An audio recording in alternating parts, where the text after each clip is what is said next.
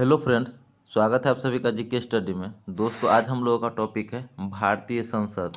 तो भारतीय संसद के अंतर्गत जितने भी वन लाइनर प्रश्न होगा सभी को हम लोग देखेंगे। तो चलिए हम लोग बिना देरी के स्टार्ट करते हैं। हमारा पहला प्रश्न है, भारत की संघीय व्यवस्थापिका को किस नाम से जाना जाता है? तो ये जाना जाता है संसद। भारत की संघीय व्यवस्थापिका को किस नाम से जाना जाता है? तो संसद के नाम से जाना जाता है। नेक्स्ट है, भारतीय संसद के कितने सदन होते हैं? तो दो सदन होते हैं, लोकसभा और राज्यसभा।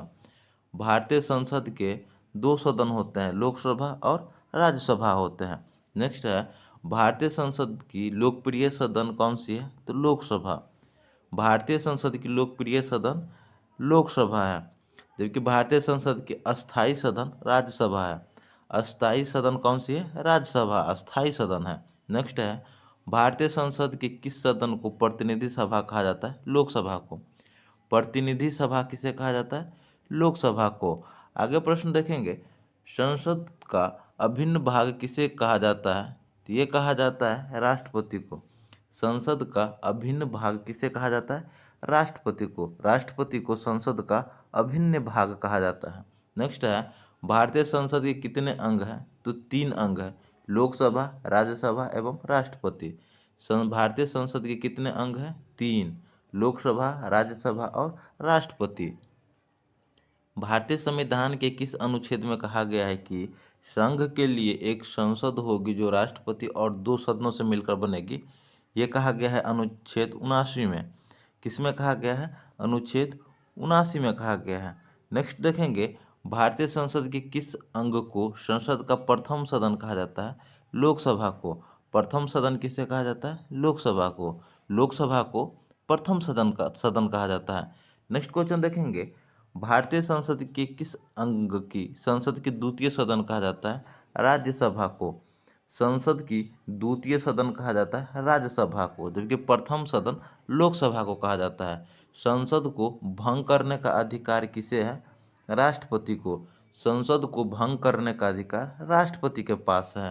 संसद में कितने सत्र होते हैं? 3, बजट सत्र, मानसून सत्र और शीतकालीन सत्र।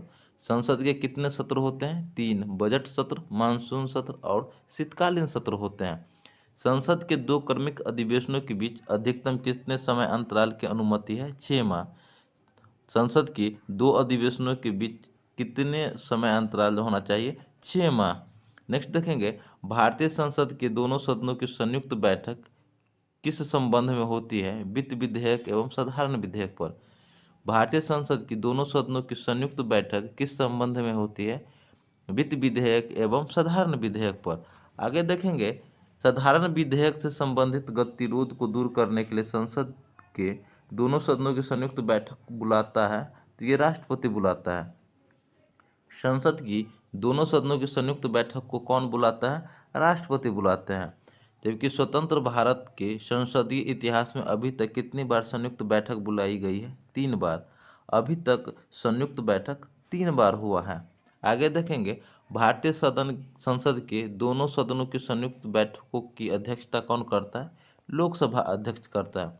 संसद की दोनों सदनों की संयुक्त बैठक की अध्यक्षता लोकसभा अध्यक्ष करते हैं। संयुक्त बैठक की अध्यक्षता कौन करते हैं? लोकसभा करते हैं। जबकि भारतीय संसद की संयुक्त बैठक को संबोधित राष्ट्रपति करते हैं। संयुक्त बैठक को संबोधित कौन करते हैं? राष्ट्रपति करते हैं। संयुक्त बैठक की अध्यक्षता लोकसभा अध्यक्ष, जबकि संबोधित राष्ट्रपति करते हैं। नेक्स्ट देखेंगे, संविधान संशोधन प्रस्ताव के संबंध में दोनों सदनों में मतभेद होने की स्थिति में प्रस्ताव गिर जाएगा। संविधान संशोधन प्रस्ताव के संबंध में दोनों सदनों में मतभेद होने की स्थिति में प्रस्ताव गिर जाएगा। संसद की कार्यवाही सूची में प्रथम विषय होता है प्रश्नकाल। संसद की कार्यवाही सूची में प्रथम विषय क्या होता है? प्रश्नकाल होता है। कौन सी प्रथा संसदीय प्रणाली को भारत की देन है? शून्यकाल। शून्यकाल भारत की देन है। नेक्स्ट देखेंगे, संसद के कुल सदस्यों का कितना भाग वैधानिक चैम्बर की मीटिंग बुलाने के लिए आवश्यक गणपूर्ति या कोरम है? 1/10। कोरम कितना है? 1/10 है।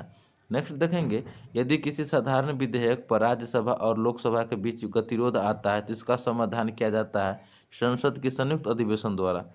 यदि किसी साधारण विधेयक पर राज्यसभा और लोकसभा के बीच गतिरोध आता है तो इसका समाधान संसद की संयुक्त अधिवेशन द्वारा किया जाता है। आगे प्रश्न देखेंगे, संसद के किसी सदस्य की सदस्यता तब समाप्त समझी जाती है यदि वह बिना सदन को सूचित किए अनुपस्थित रहता है 60 दिन तक। कि संसद के किसी सदस्य की सदस्यता तब समाप्त समझी जाती है यदि वह बिना सदन को सूचित किए हुए 60 दिन तक अनुपस्थित रहते हैं। एक वर्ष में कम से कम कितनी बार संसद की बैठक होना आवश्यक है? 2 बार। एक वर्ष में कम से कम संसद की बैठक 2 बार होना अनिवार्य है। नेक्स्ट है, निम्न विधेयकों में से किसका एक भारतीय संसद के दोनों सदनों द्वारा अलग अलग विशेष बहुमत से पारित होना आवश्यक है? संविधान संशोधन विधेयक। निम्न विधेयकों में से किसका एक भारतीय संसद के दोनों सदनों द्वारा अलग अलग विशेष बहुमत से पारित होना आवश्यक है? संविधान संशोधन विधेयक। भारतीय सांसदों के वेतन का निर्णय कौन करता है? संसद करता है। सांसदों के वेतन का निर्णय संसद करते हैं। आगे देखेंगे, संसदीय प्रणाली आगे है, संसदीय प्रणाली वाली सरकार को अन्य किस नाम से जाना जाता है? संघीय सरकार। संसदीय प्रणाली वाली सरकार को संघीय सरकार के रूप में भी जानी जाती है।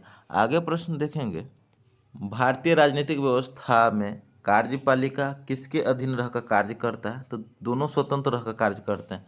भारतीय राजनीतिक व्यवस्था में कार्यपालिका किसके अधीन रहकर कार्य करता है? तो दोनों स्वतंत्र रूप से कार्य करता है। किसी संसद सदस्य की अयोग्यता के संदर्भ में निर्णय कौन करता है? राष्ट्रपति करता है। किसी संसद सदस्य की अयोग्यता का निर्णय कौन करता है? राष्ट्रपति करते हैं। भारत की संचित निधि से धन निर्गम पर किसका नियंत्रण है? संसद का। संचित निधि से धन निर्गम पर किसका नियंत्रण है? संसद का नियंत्रण है। नेक्स्ट देखेंगे, भारत सरकार के नियमानुसार संसद का एक सदस्य अपने क्षेत्र के विकासात्मक कार्यक्रमों हेतु कितनी राशि खर्च कर सकता है? तो 5 करोड़ कर सकता है। एक संसद अपने क्षेत्र में 5 करोड़ की राशि खर्च कर सकते हैं। आगे हैं, संसद के किन सदस्यों को गैर सरकारी सदस्य कहा जाता है? तो मंत्री के अलावा सभी सांसद को। संसद के किन सदस्यों को गैर सरकारी सदस्य कहा जाता है? तो मंत्री के अलावा सभी सांसद को गैर सरकारी सदस्य कहा जाता है। आगे देखेंगे, आगे है, संसद के दोनों सदनों का सत्रावासन कौन करता है? तो सत्रावासन राष्ट्रपति करते हैं। संसद के दोनों सदनों का सत्रावासन राष्ट्रपति करते हैं। भारत की संसद का उद्घाटन कब हुआ था? 1927 ईस्वी में। भारत की संसद का उद्घाटन कब हुआ था? 1927 में। संसद का उद्घाटन 1927 ईस्वी में हुआ था। संविधान लागू होने के बाद सर्वप्रथम त्रिशंकु संसद का गठन कब हुआ था? 1989 में हुआ था। संविधान लागू होने के बाद सर्वप्रथम त्रिशंकु संसद का गठन 1989 में हुआ था। त्रिशंकु संसद का गठन कब हुआ था? 1989 में हुआ था। अस्थायी संसद में भारत कब तक अस्तित्व में रही? 17 अप्रैल 1952 तक। अस्थायी संसद भारत में कब तक अस्तित्व में रही? 17 अप्रैल 1952 तक रहा। तो दोस्तों, हमारा भारतीय संसद कंप्लीट हुआ। इस सेशन आपको कैसा लगा हमें कमेंट करके जरूर बताइएगा। सेशन अच्छा लगा तो लाइक कीजिएगा, कमेंट कीजिएगा और चैनल पर नए हैं तो सब्सक्राइब कीजिएगा। मिलते हैं नेक्स्ट टॉपिक में, तब तक ले जय हिंद, जय भारत।